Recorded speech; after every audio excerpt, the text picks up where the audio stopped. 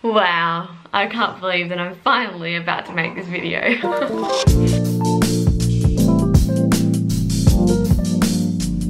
Hello everybody and welcome back to my channel.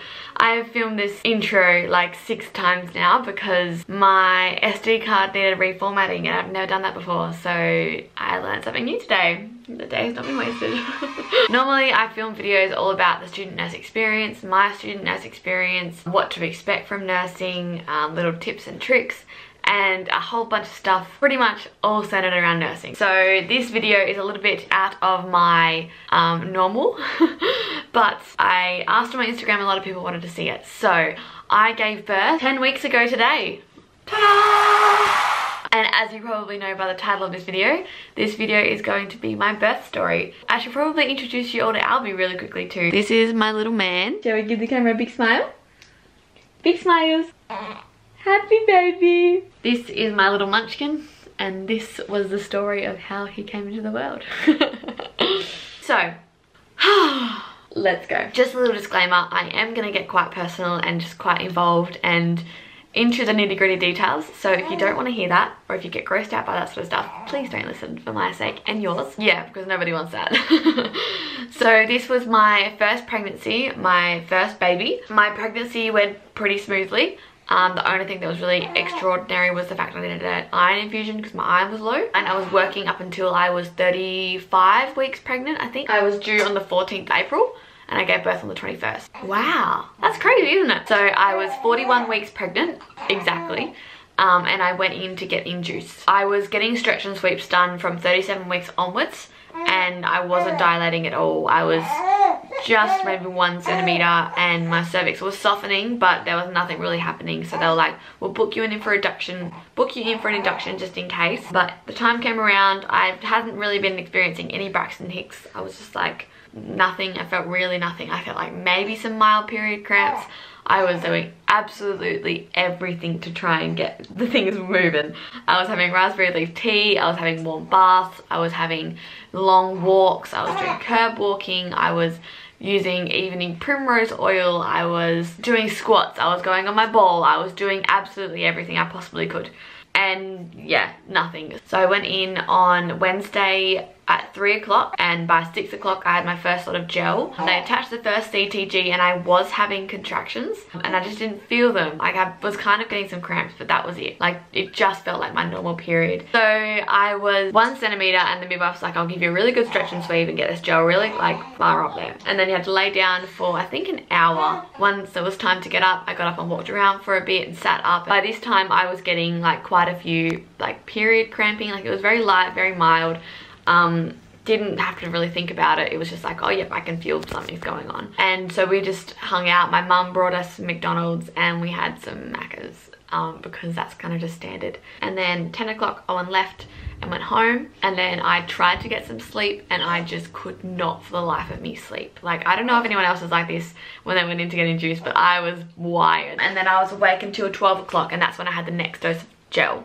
So when you're being induced, you have 2 lots of gel, and then you go through to the labour suite, and they usually start the oxytocin, which is the hormone that induces you. The gel just kind of ripens your cervix so that you're ready and your cervix starts softening so you can dilate. So I had the second lot of gel at 12. I still was getting very mild period cramps, couldn't sleep, tried everything. They offered me a sleeping tablet at this time, but I'm very sensitive to drugs. I had a quarter of a Phenergan one time and it knocked me a sixer. I couldn't stand up the next day until after midday. Fine, had the second lot of gel. I was still 1 centimeter dilated.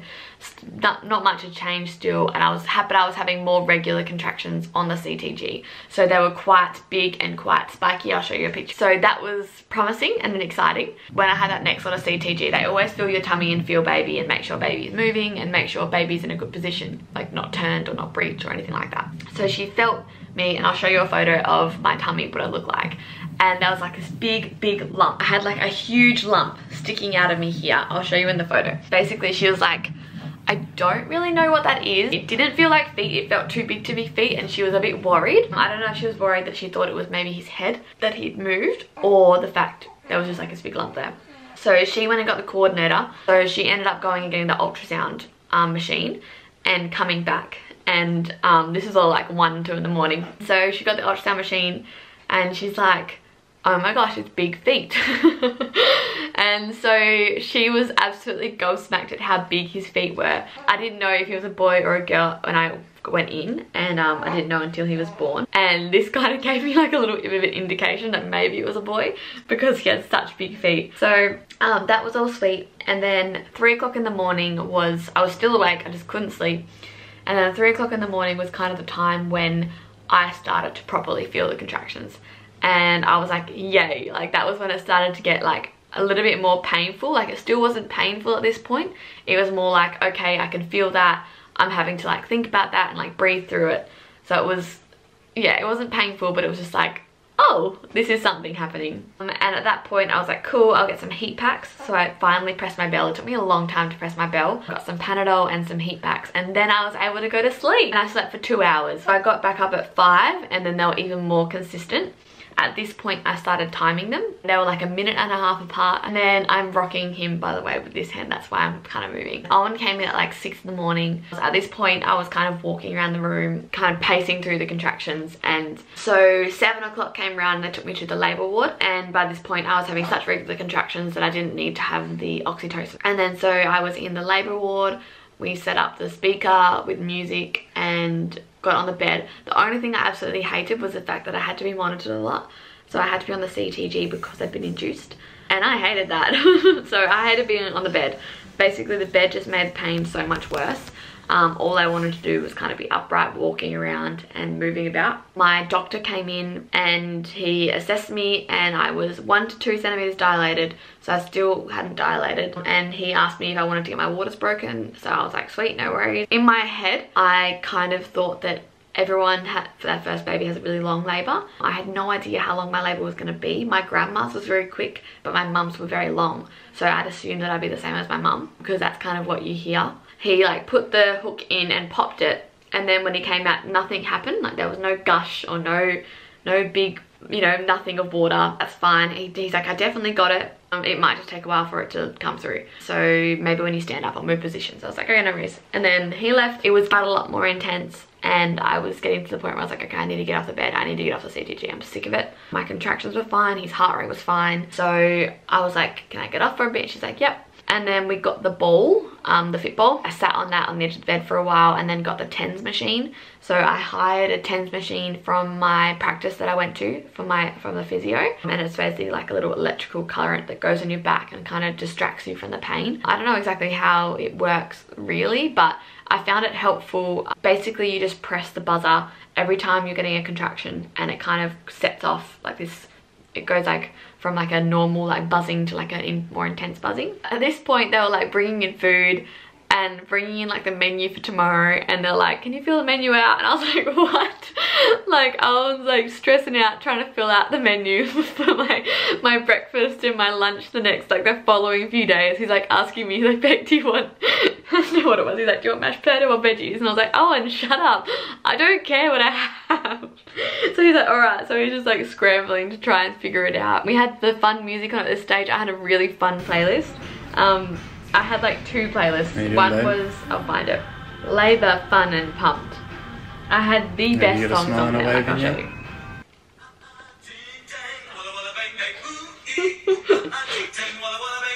That's one of them.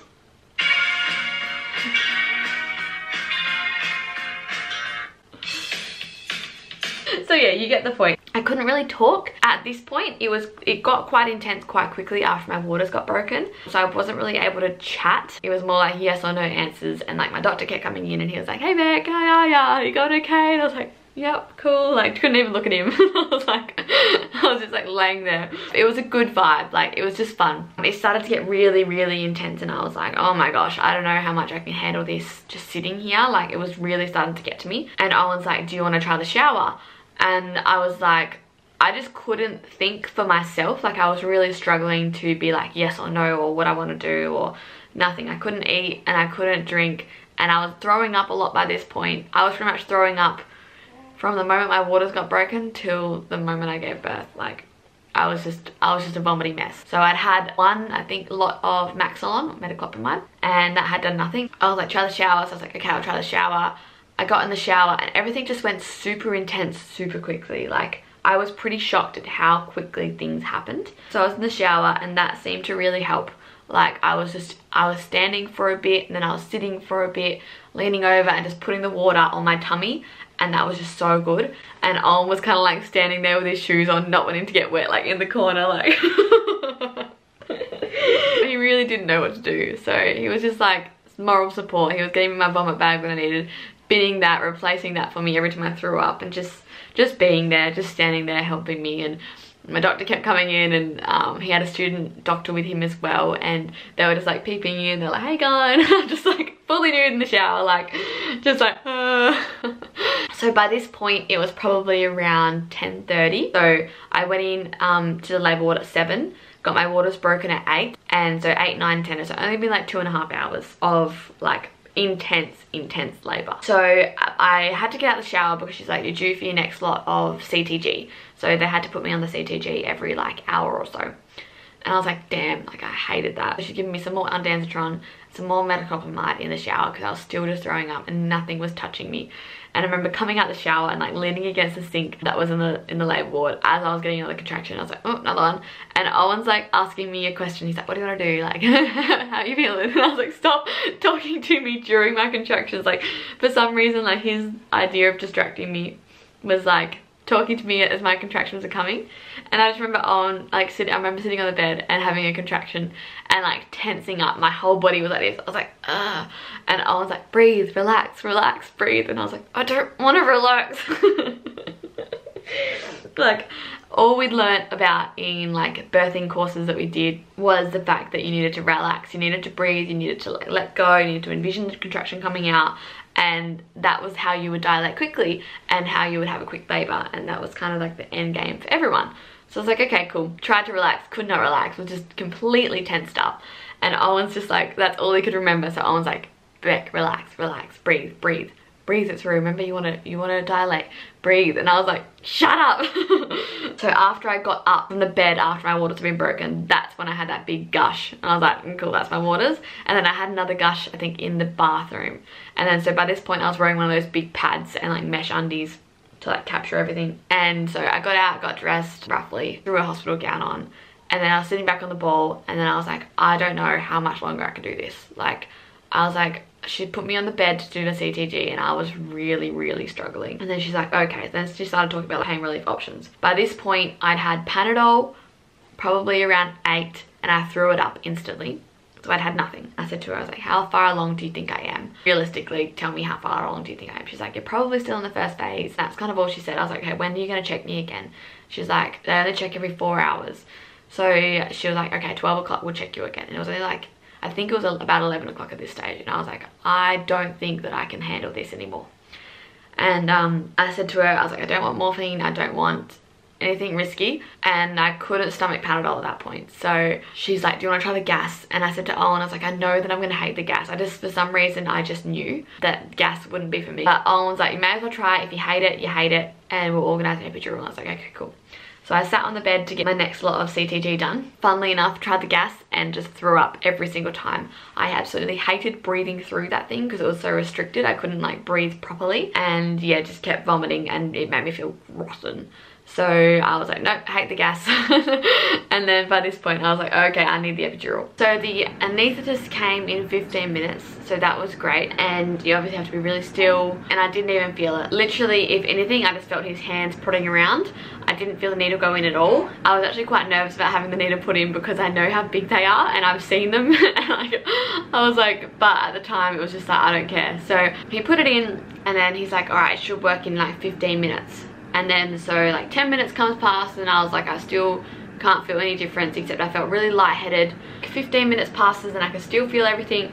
Nothing had changed at all. And then like 20 minutes passes and he's like still there. He's like, usually it would have kicked in by now. I'll just stick around just in case, you know, for some reason it's not worked. And then he's like, all right, I'm gonna grab some ice and check your dermatomes. And I could still feel everything, like there was no change. So I felt the ice the whole way down. And so he's like, okay, this one hasn't worked. He said what he thinks happened is that when he put it in, he got into the epidural space fine, but he thinks that when he was taping up, it must have slipped out a little bit and got into a vein instead. So I was like, cool, no worries, just had a heat of fentanyl and local anesthetic and all that. And then he's like, we're just gonna have to do another one. By this point I was just like, oh my gosh, like, you know when you like psych yourself out that you think, okay, I'm not gonna be in pain anymore after this, and then like that thing comes and you're still in pain. It's like, well, what am I gonna do now? I took that one out and then put the next one in, just like the next space up, and same thing again, didn't feel it again. Then 15 minutes passed and finally it worked.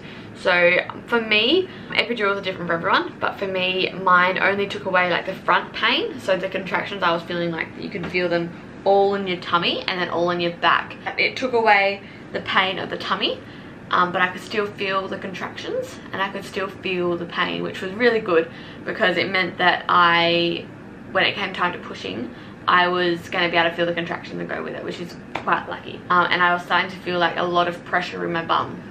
And I kept saying that once you get a epidural, you have to have a catheter in because you can't walk up to a wee anymore, and if your bladder gets too big, it doesn't let the baby pass out. And I was honestly least excited for that out of everything.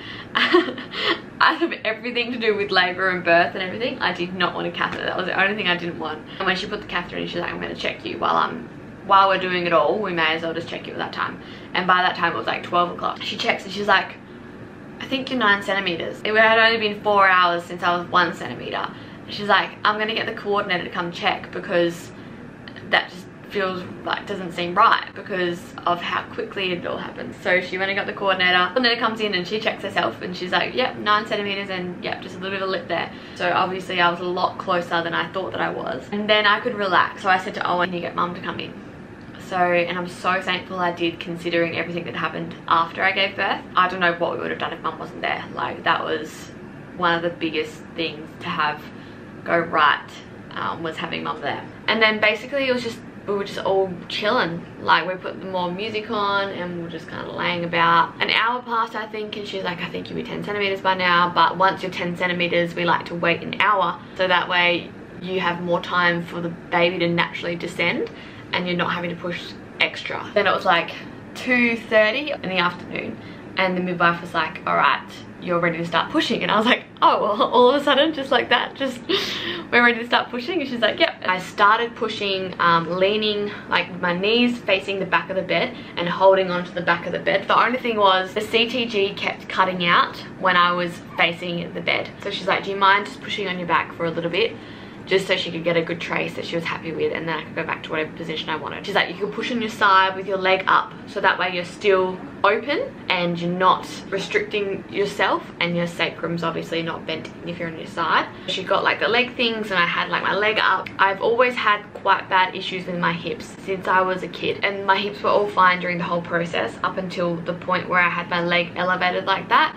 It just did something to my hip and it was so painful. Like, my contractions I could still feel and they were painful, but this hip pain was like nothing else. Like, I couldn't get comfortable.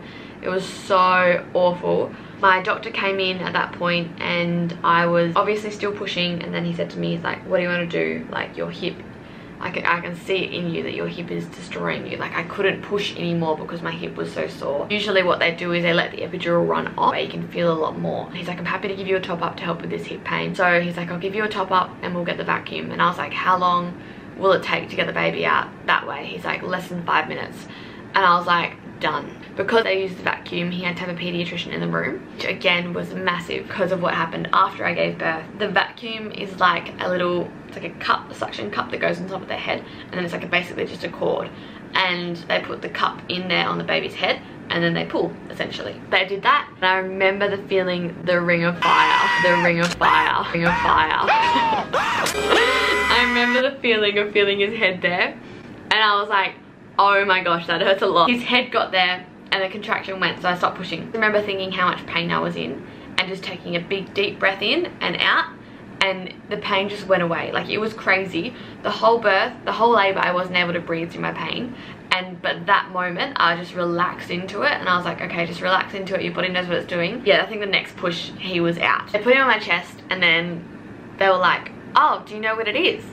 And I was like, no. And then they like lifted him up and then his umbilical cord was in the way, and I like had to move his umbilical cord out of the way, and I saw his little balls and I was just like, oh my gosh. That was such a nice moment, just being like, oh, what is he? Like, being able to figure out myself. So I don't really remember the feeling of the placenta coming out, but I remember, I kind of remember feeling it just being pulled out and then like this big blob thing coming out.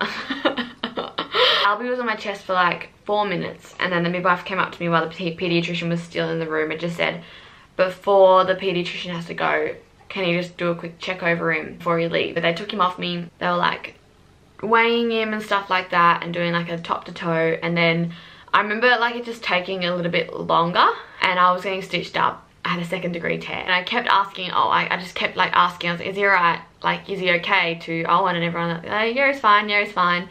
And then I remember Owen just looking at me, and I was just like, what's going on? Like, and then mum just being like, oh, his oxygen is just a bit low, so they're gonna give him some oxygen. So I was laying there, and then they're like, okay, his oxygen's quite like low. Keep in mind the hospital that I was giving birth at doesn't have a NICU. It just has a maternity ward and like a little tiny nursery with like one little bay in it. So it's quite a small hospital, and the closest NICU is about an hour's drive away. I remember them just saying, look, they're gonna have to take him over to the nursery, and just knowing that something was going on and knowing that something was wrong, but just not knowing exactly what, I was kind of just stuck there being stitched up essentially. And so it was fine, like I was just chatting away and I was okay, and they took him, and that was that. I asked mum if she could go with them because I knew that she'd understand what they were talking about. My mum's a nurse. So I was like, mum, can you go with them just to keep an eye on him, make sure everything's going okay and all of that. And Owen stayed with me. So I got finished getting stitched up. Pretty much everyone just left the room. One just helped me get dressed, and then I stood up and I was fine. So I convinced Owen to let me walk to the nursery, and he just held my hand and we just shuffled along. As soon as I got to Albie, like he was in, I'll put up pictures, he was in this little incubator thing. And as soon as I got to him, his oxygen went to 97, and he started trying to crawl towards me. And at this point, he was just laying there with room air, so no oxygen on. So I basically just straight away asked my mum what was going on, and she just said to me that his oxygen was low, and that if his oxygen could maintain over 92 or 94 maybe for half an hour, then he was fine to stay at the hospital we were at. But if his oxygen dropped and couldn't go up again, he had to go on the CPAP, and meant that he had to go up to the city and go to the NICU. And I remember just like trying to fight back tears and just being like, okay, like this is happening. And then his oxygen spiked to 97 when I went in there, and I was all excited, and then we kind of just sat there watching his oxygen just slowly dropping off. And I was just like, I was thinking maybe the probe's wrong, maybe the probe needs to be repositioned, maybe this, that. And at the end of the day, his oxygen wasn't maintaining. So I kind of looked at mum and said, get the pediatrician, and he's like, okay, put the CPAP on. So we got the midwife in and we put the CPAP on him, and then he ordered a chest x-ray and antibiotics. Still hard talking about it. I'll show you a little photo of what he looked like once he had the CPAP on, and then once he had a CPAP on, he had to have an orogastric tube. I think at that point I left the room, and I was like, I need a second. I heard x-ray machine come up, and the noise of that x-ray machine, and also there was an alarm going off at the same time, and in my head I was like, they've had to met call him. I remember that feeling of sitting in the room and hearing that alarm go off, and I was convinced that it was the code blue alarm. And I just looked at mum and I was like, mum, go check him. I could get up fast, and I was like, mum, is that the alarm? And then I heard the x-ray machine, and I thought that it was the crash cart, like the trolley that you take to a code blue. This is harder than I thought it was going to be. And then mum went out and she's like, honey, it's fine, it was the x-ray machine, like, and that settled me a lot. And I was like, okay, I need to get back in there. So when I got back in there, he had the orogastric tube in, he had the CPAP on, and he had a cannula all in. That's when I got the update that they booked transport from WA, at least it's the NETS team, so Newborn Emergency Transfer Service. And I knew how brilliant they were from when I was on a prac on my paediatric ward.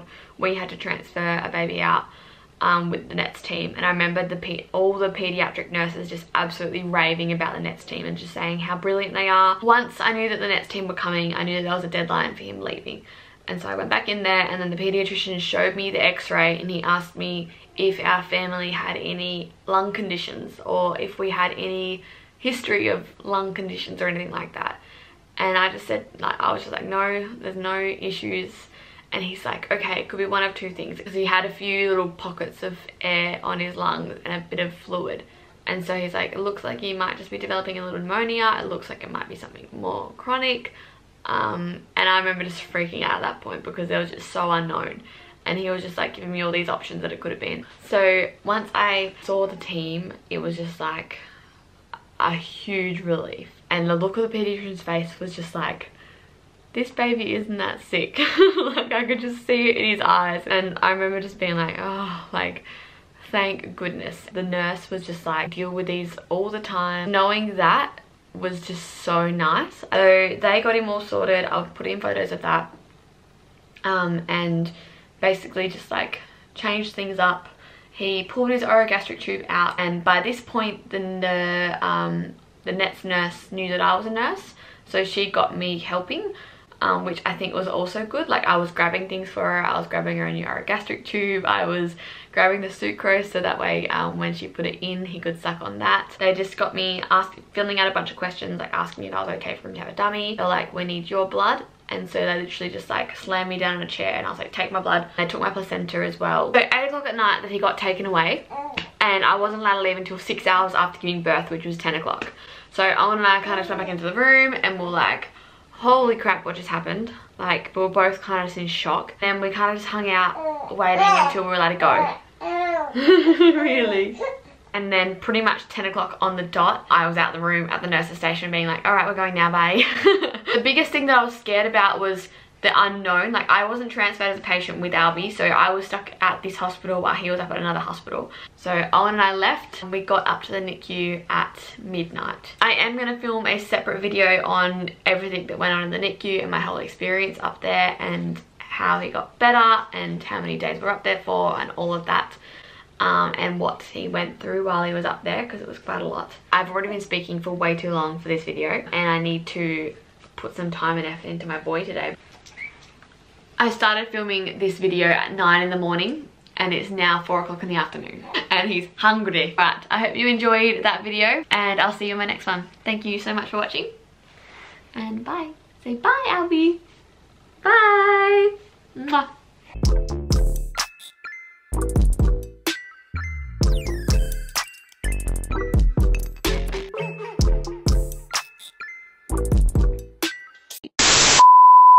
Ooh ee ooh ah ah, ing ing, bada bada bing bang. Ooh ee ooh ah ah, bing bang bada bada ding.